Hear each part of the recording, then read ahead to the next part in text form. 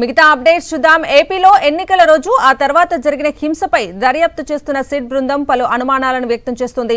ఎన్నికల రోజు జరిగిన దాడుల వెనుక కొందరు పోలీసు ఉన్నతాధికారుల పాత్ర ఉన్నట్లు సిట్ అధికారులు సందేహాలు వ్యక్తం చేస్తున్నారు. బైండ్ ఓవర్లు చేయడంలో అలసత్వం వహించినట్లు గుర్తించారు. దాడులు జరిగేందుకే పలువురు అధికారులు అవకాశం కల్పించినట్లు సిట్ అధికారులు అనుమానం వ్యక్తం చేస్తున్నారు. పల్నాడు ఎస్పీగా పనిచేసిన బిందు మాధవ్ నుంచి మరింత సమాచారం కోరనున్నారు సిట్ అధికారులు. ఇక ఇదే అంశానికి సంబంధించి మరింత సమాచారం అందించడానికి మా ప్రతినిధి వినాయక్ లైవ్ లో సిద్ధంగా ఉన్నారు. వినాయక్,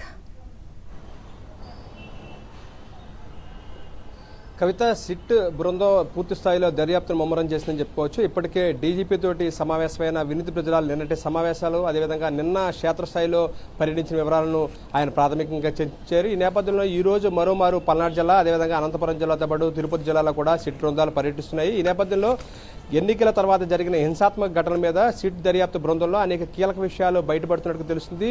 పోలీసు ఉన్నతాధికారుల నిర్లక్ష్యం కారణంగానే ఈ విధమైన హింసాత్మక ఘటన చోటు చేసుకున్నాయన్న ఒక అనుమానాలు అయితే వ్యక్తమవుతున్న నేపథ్యంలో దీనికి సంబంధించి కీలకమైన ఆధారాలు ఇప్పటికే సిట్ బృందం సేకరించినట్టు తెలుస్తుంది. ముఖ్యంగా ఇప్పటికే సీసీ కెమెరాలను ఫుటేజ్ను పరిశీలించడంతో పాటు వాస్తవంగా ఎన్నికల సమయానికి ముందు ఎంతమంది రౌడీ షీట్లను బైండ్ ఓవర్ చేసుకున్నారో, అదేవిధంగా అనంతపురం జిల్లాకు సంబంధించి తాడిపత్రిలో జరిగిన ఘటన మీద కావచ్చు, అదేవిధంగా పల్నాడు జిల్లాలోను గురజాలు కానీ, నరసరావుపేట కానీ, అదేవిధంగా పల్నాడు ఏరియాలో కానీ జరిగిన సంఘటనల మీద ఏ విధంగా రౌడీ షీట్లు ఇందులో పాల్గొన్నారు, ఆ విధంగా దానికి సంబంధించి ఎందుకు ముందుగా బైండ్ ఓవర్ చేయలేదనేది పూర్తి స్థాయిలో అనుమానాలు వ్యక్తమవుతున్న నేపథ్యంలో దీనికి సంబంధించి కీలకమైన సమాచారాన్ని సిట్ సేకరించినట్టు తెలుస్తుంది. ఇందులో భాగంగానే పూర్తి స్థాయిలో నిర్లక్ష్యంగా ఉన్నతాధికారులు వ్యవహరించడం, అదేవిధంగా హింసాత్మక ఘటనలు జరగడానికి ఉన్నతాధికారుల నిర్లక్ష్య వైఖరి కారణం అనేది చాలా స్పష్టంగా సిట్ దర్యాప్తులో బయటపడుతున్నట్టు తెలుస్తుంది. ఈ నేపథ్యంలోనే పల్నాడు జిల్లా ఎస్పీగా పనిచేసి ప్రస్తుతం సస్పెండ్ అయిన బిందు మాధవ్ను మరిన్ని వివరాలు కూడా సిట్ అధికారులు కోరే అవకాశాలు ఉన్నాయి. దీంతోపాటు అనంతపురం జిల్లాలో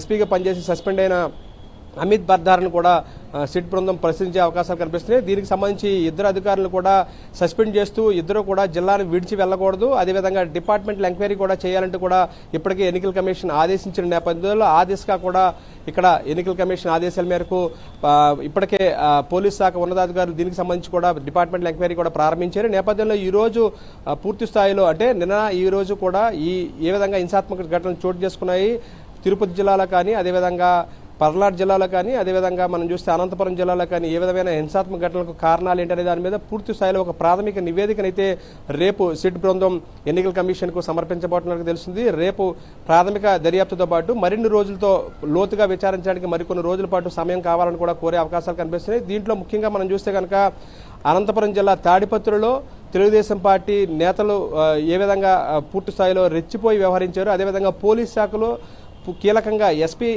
డైరెక్షన్లోనే అక్కడ ఉన్నతాధికారుల డైరెక్షన్లోనే ఏ విధంగా పెద్దారెడ్డి ఎమ్మెల్యేగా పోటీ చేసిన వైఎస్ఆర్సీపీ ఎమ్మెల్యే అభ్యర్థిగా పోటీ చేసిన పెద్దారెడ్డి ఇంటి మీద పోలీసులు దాడి చేయడం, అదేవిధంగా సీసీ కెమెరాలు ధ్వంసం చేయడం, ఇవన్నీ కూడా సీసీ కెమెరా ఫుటేజ్లో బయటపడి రావడంతో పూర్తి స్థాయిలో పోలీసుల మీద అక్కడ సిట్ దర్యాప్తు బృందం చాలా లోతైన విచారణ చేస్తుంది. ఎందుకు పెద్దారెడ్డి ఇంటి మీదకి పోలీసులు వెళ్లాల్సి వచ్చింది, అదేవిధంగా పోలీసులు ఎందుకు సీసీ కెమెరాలు పగలగొట్టారు, అదేవిధంగా ఎందుకు ఆ ఇంటి మీద ధ్వంసం చేయడం, అదేవిధంగా బెదిరింపుకు పాల్పడారనే విషయాలన్నింటి మీద కూడా వివరణ తీసుకునే ప్రయత్నం చేస్తున్నారు.